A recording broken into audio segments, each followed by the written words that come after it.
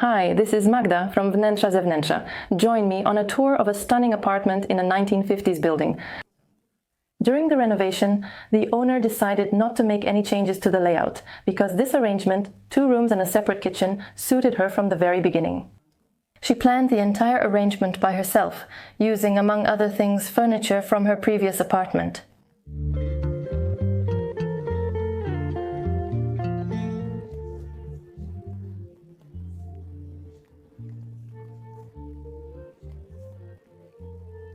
Good morning.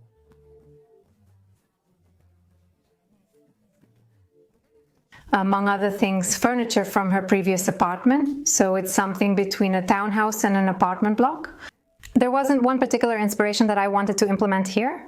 It was more important to me that living here would be comfortable and pleasant so that everyone would feel at home. I hope you'll like it too, and I'm really happy that I can host you at my place today. We're starting, as usual, at the entrance. And here, before we move on to discussing the arrangement, I'd like to draw your attention to the circuit breakers. See, they're all neatly labeled. And of course, it doesn't really matter in everyday situations, but if there's ever a malfunction, having instructions like this will be really helpful, so remember that. Here, there's a coat rack so you can quickly hang up your clothes, a shoe shelf below, and on this side, a large wardrobe. And here, behind the first door, there's space for long coats. You can see that the hangers are one behind the other, so if you want to reach something in the back, you can just pull them out, so it's not a problem. This is because there's simply no room for a standard 60-centimeter wardrobe in the hallway, so the wardrobe is a bit shallower. Here we have 2 smaller doors, and this division is because there's a lamp above. If there was just one door, it would bump into the lamp, and you wouldn't be able to fully open the wardrobe. That's why it's really good that this was thought through in advance.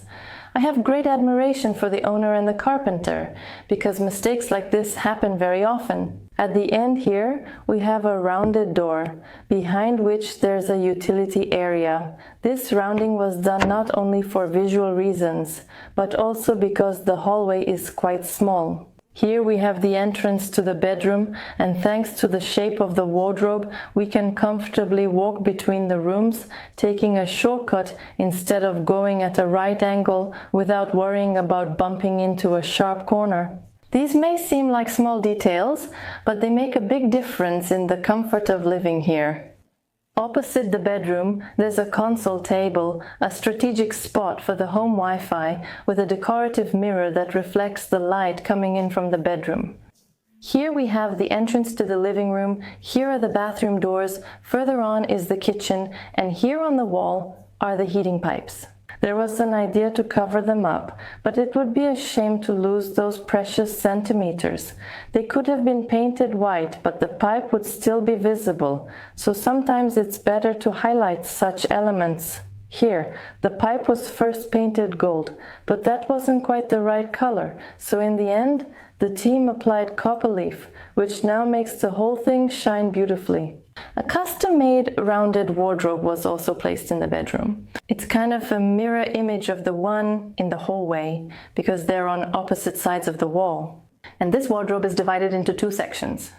This one has shelves and rods for smaller clothes, while this section is a corner unit with rods for longer clothes, shelves and drawers. In the central part of the bedroom, of course, there is a bed with an upholstered headboard and a storage compartment under the mattress. Next to the bed, we have beautiful wooden nightstands, golden wall lamps that we can adjust to our needs, and there are also sockets and light switches here. The whole arrangement creates a beautiful, symmetrical composition, and it's worth considering this setup during the renovation stage in terms of bed placement, because if we move it even by 20 centimeters, it will disrupt the entire symmetry.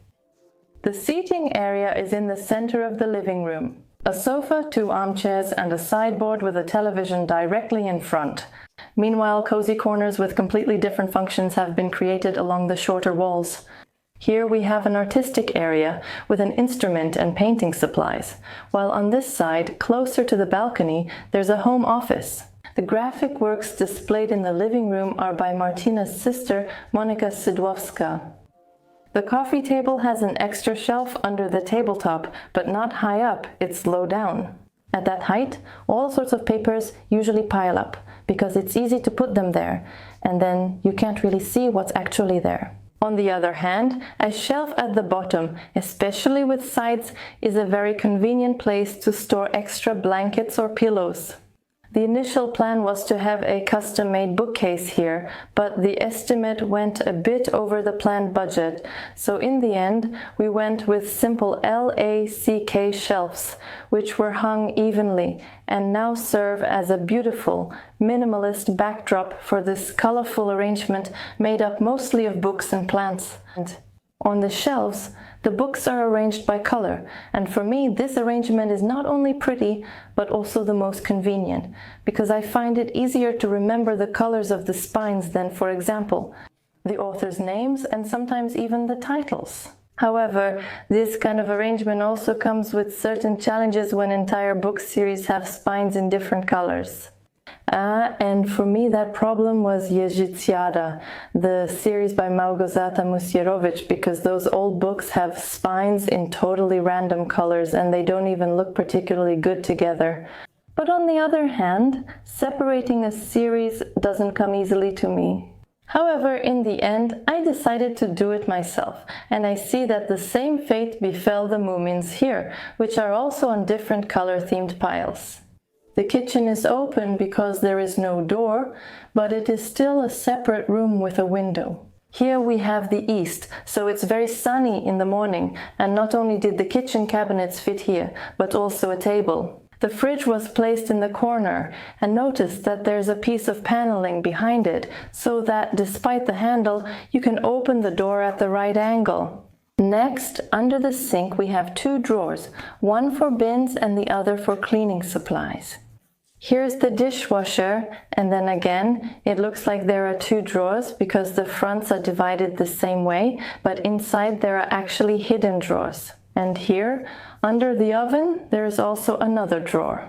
Meanwhile, at the top in the cabinet, the range hood is hidden, and even though the hood is inside the cabinet, you can still use it because there are shelves above the hood where you can put things, so the space isn't wasted. Here we have shelves for dishes, and at the end above the sink, there is a dish drainer. On the wall above the sink, there is a rail with various utensils. It's a great solution not only by the sink, but it can also run along the entire countertop, allowing us to have many things at hand without cluttering the countertop. Another cabinet with a coffee corner was placed against the other wall. Up here, there's a convenient drawer, and below, a cabinet with a hidden microwave. It's not a built-in microwave, just a regular freestanding one simply hidden in the cabinet. And notice how this cabinet is set back from the window and has a panel installed here. This way, it was possible to use the knob and at the same time avoid any collision with the cabinet front.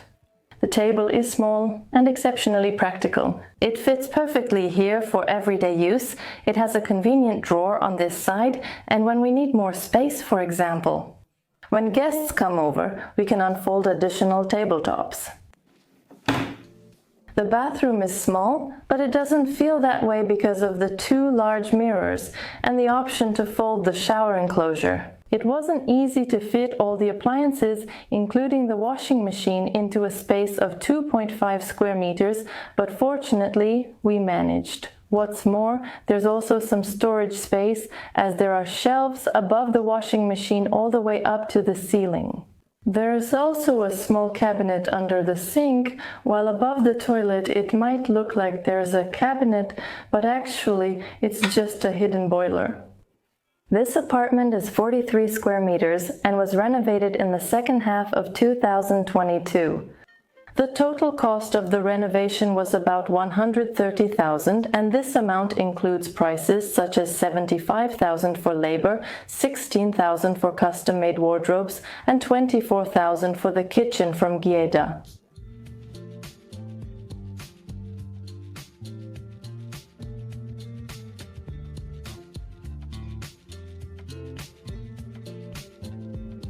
Thanks for thank you. Subscribe so you don't miss the next thank you. I'm waiting for your thumbs up and comments. I hope to see you soon, and in the meantime, I want to remind you about our store at wnetrzazewnetrzaofficial, where you can find lots of books with interior design inspiration.